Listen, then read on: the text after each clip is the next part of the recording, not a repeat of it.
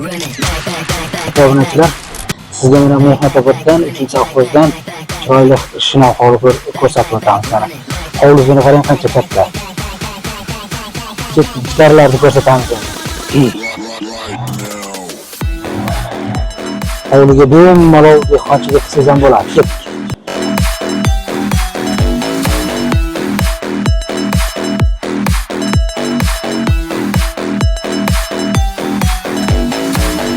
Ko'rganingizda balkon. Yerga ham bemalol yozda choy ichib o'tirsa bo'ladi. Ichkarini ko'rsatamiz. Ko'rganingizda hovli qismi.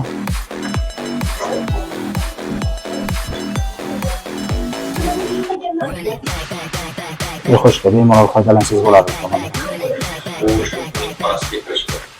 Buni mehmonxona qilib foydalansangiz ham bo'ladi. Kattagina.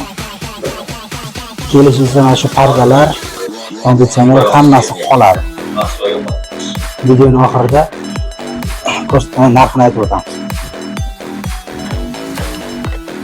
Mana bitta xona spalniya qilib, xohlasangiz kattalar uchun spalniya qilib foydalansa bo'ladi.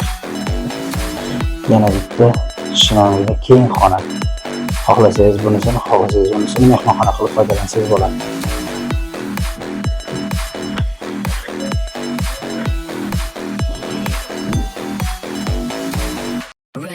Mana bunisi banyo ekan. Yozgi kuxnyamizni ko'rsatamiz keling. Yozgi kuxnyamiz, bular hammasi qoladi.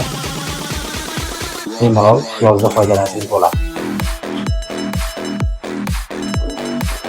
Uyimizning umumiy maydoni 10 sotix ekan.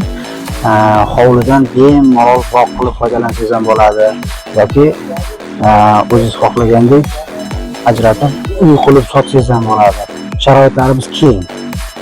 Kelish darvozaxonamizni ham chiroyli qilib tepalariga leksonlar yopib, chiroyli darvozaxona qilsangiz bo'ladi.